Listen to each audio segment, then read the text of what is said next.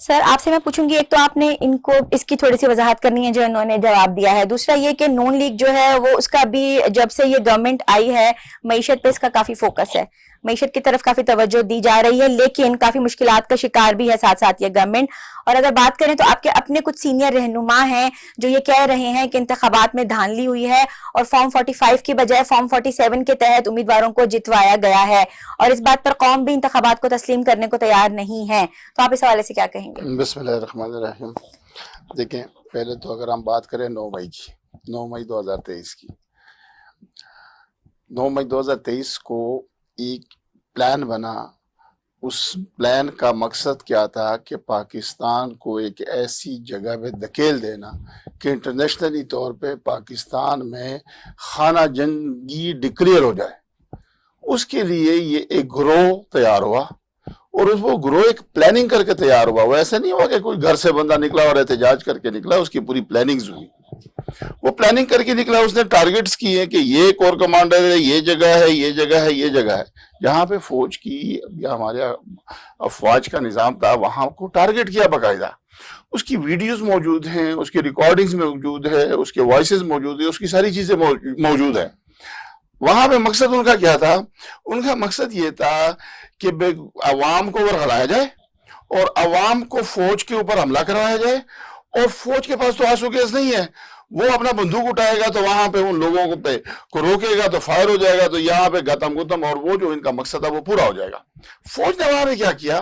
फौज ने वहां पे एक अक्ल का मुजाहिरा किया। ये जो कह रहे हैं ना कि 4 चेक पोस्ट थे, तो 4 चेक पोस्ट पे वो क्या दिया? 4 चेक पोस्ट के ऊपर जब आप हजारों की तादाद से लोगों को कन्विंस करके ले आए कि आपने इस पे हमला करना है, और आपने ये तय कर दिया था कि यहाँ पे हमने पाकिस्तान की आवाम को शहीद करवाना है, फौज ने अपने लोगों को विड्रॉ किया। उसने अपने लोगों को ये एक अक्लमंदी की, उन्होंने विड्रॉ किया, उन्होंने आपको आने दिया। सारा दिन आपने वहां पे तोड़ फोड़ जो किया, वो सारी चीजें वो ढकी छुपी नहीं है, उसकी वो सारी चीजें रिकॉर्ड पे पड़ी हुई हैं। फौज ने वो मकसद आपका पूरा नहीं होने दिया जो मकसद आप करना चाह रहे थे। जो इस मुल्क के जो जिनको कहते हैं ना कि जो इस मुल्क को अंधेरों की तरफ धकेलना चाहते हैं, उनका जो मकसद था वो फौज ने पूरा नहीं किया। फौज ने अपने दरवाजे खुले छोड़े, हम मानते हैं, लेकिन क्यों छोड़े? अगर वो ना छोड़ते, वो बंदूक लगाते, वो आपको ऊपर हमला करते, वो ऊपर से लड़ाई होती, आप तो लड़ाई के लिए आ रहे थे ना। तो ये तो उन्होंने अक्लमंदी की जिसके बेच पे। लेकिन आपका जो एजेंडा था, आपका इत्तेफाक नहीं था, आपका प्लान था, आप किसी और एजेंडे के ऊपर काम कर रहे थे, कर रहे हैं और आगे भी कर रहे हैं। अभी भी आपका यही हाल है। मिसाल 9 मई चलो कल गुजरा, ये परसों गुजरा, अब इस 9 मई को फिर आपने क्यों एहतजाज किया? फिर क्यों आप सड़कों पे ले आए लोगों को? आप इस वक्त खामोश होते ना, आपने दोबारा क्यों उसको वो किया? दूसरी बात यह कि आपका एजेंडे को देख लें।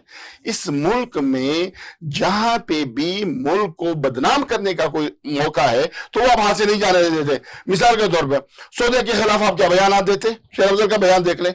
IMF के खिलाफ आपने क्या बयान दिए? भाई, पाकिस्तान को अंधेरों की तरफ धकेलने का कोई मौका आपने आज तक हाथ से जाने दिया?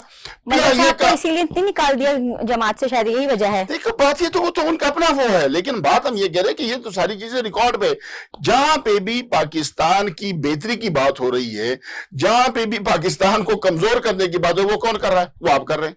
IMF को खत कौन लिख रहा है? IMF के खिलाफ क्या कर रहे हैं आप क्या कह रहे हैं? पाकिस्तान डिफॉल्ट हो जाए। आप तो डिफॉल्ट के लिए काम कर रहे हैं, आप तो इस मुल्क को खत्म करने की बात कर रहे हैं। आप तो उन लोगों का साथ दे रहे हैं, उन लोगों की बात करें जो इस मुल्क के दुश्मन है, और उसी का आप साथी बन रहे हैं, चाहे वो एहतजाज की शक्ल में है, चाहे वो IMF के साथ मुआहदे की शक्ल में, चाहे वो किसी और मामले में। जो भी मौका आपको मिलता है आप उसको हाथ से नहीं जाने देते हैं।